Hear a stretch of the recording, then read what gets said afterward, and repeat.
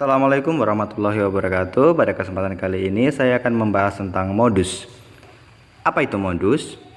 Modus itu adalah datum yang sering muncul.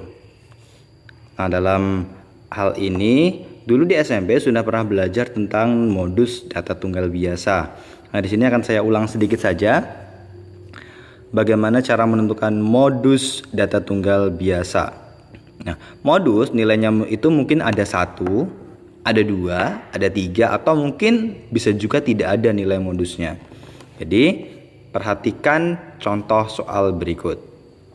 Tentukan modus dari data berikut. Di sini sudah saya salin. Sudah saya salin di sini. Perhatikan, angka 3 munculnya 1 kali, angka 4 munculnya 1 kali, angka 5 munculnya 3 kali. Di sini hanya saya tulis yang banyak saja. Yang munculnya banyak, di sini 3 kali, angka 6 1 kali, angka 7 1 kali. Jadi antara 3, 4, 5, 6, 7 ini manakah yang munculnya paling banyak? Yang munculnya paling banyak adalah angka 5, yaitu sebanyak 3 kali. Jadi yang menjadi modus adalah 5, bukan 3 ya, tapi 5. Yang kedua, 6, 6, 7, 7, 8, 8, 9, 10. Angka 6 munculnya 2 kali, angka 7 juga 2 kali, angka 8 juga 2 kali, angka 9 1 kali, angka 10 1 kali. Nah, berarti di sini modusnya ada 3. 6, 7, 8 itu modusnya. Sedangkan 9 10 bukan nilai modus karena munculnya hanya 1 kali. Jadi modusnya ada 3. 6, 7, 8. Modus. Untuk yang C, 5, 5, 7, 7, 9, 9. Berapa nilai modusnya? Nilai modusnya di sini 5-nya muncul 2, 7-nya muncul 2, 9-nya muncul 2. Jika dalam suatu data munculnya datum itu sama keseluruhan, 5-nya sama, 7-nya sama, 9-nya sama, maka ini disebut tidak ada modus.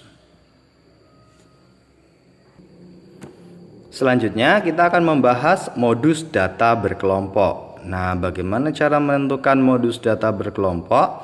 Di sini yang akan kita cari adalah nilai modus pada tabel distribusi frekuensi. Buku yang saya pakai ini menggunakan formula MO sama dengan LO ditambah FO dikurang F-1 per 2 FO dikurang F-1 dikurang F plus 1 dikali dengan C.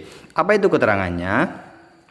Keterangannya adalah LO itu adalah tepi bawah kelas modus, MO adalah modus. Kemudian C itu panjang kelas, F0 itu adalah frekuensi kelas. Ini maaf ya, ini 0 ya, bukan O ya. Kelas modus.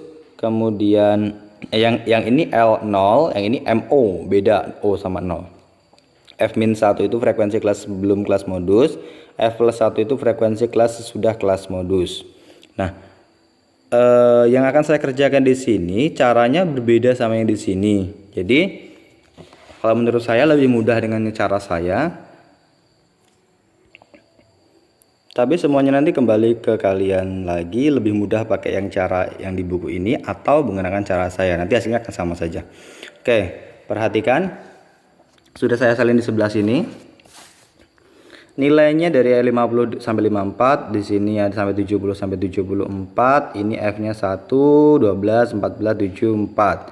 Cara menentukannya kalau saya menggunakan cara ini, MO itu adalah modus, TB itu adalah tepi bawah kelas modusnya. D1 itu adalah selisih frekuensi kelas modus dengan kelas sebelumnya, sedangkan D2 dengan kelas setelahnya, sedangkan L adalah panjang kelas. Nah, bagaimana cara menentukan nilai-nilai ini? Perhatikan berikut. TB. Yang pertama kita adalah tentukan terlebih dahulu kelas modus itu di mana. Menentukan kelas modus itu kita lihat saja pada frekuensi yang paling besar. Nah, ini frekuensi paling besar. 14 itu paling besar, maka ini kelas modusnya. Jadi paling gampang menentukan kelas itu adalah kelas modus. Di sini paling besar adalah 14, sehingga fokus kita cuma di sini aja yang saya lingkari ini. Tepi bawahnya kita lihat pada angka 60. 60-nya ini kita kurangi 0,5, berarti 60 dikurangi 0,5. Jadi 59,5. Selalu dikurangi 0,5 ya. Untuk D1 itu adalah selisih kelas modus frekuensinya dengan kelas sebelumnya. Jadi dengan sebelumnya.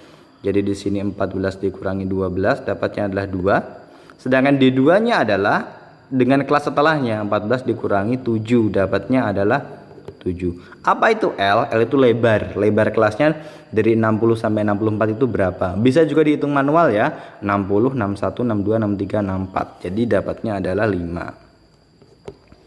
Setelah itu kita substitusikan ke formula yang sudah kalian tentukan tadi. TB-nya adalah 59,5 ditambah dengan D1-nya tadi adalah 2 per D1-nya 2 ditambah 7 dikali dengan 5. Sehingga di sini adalah 59,5 ditambah dengan 2 per 9 dikali dengan 5.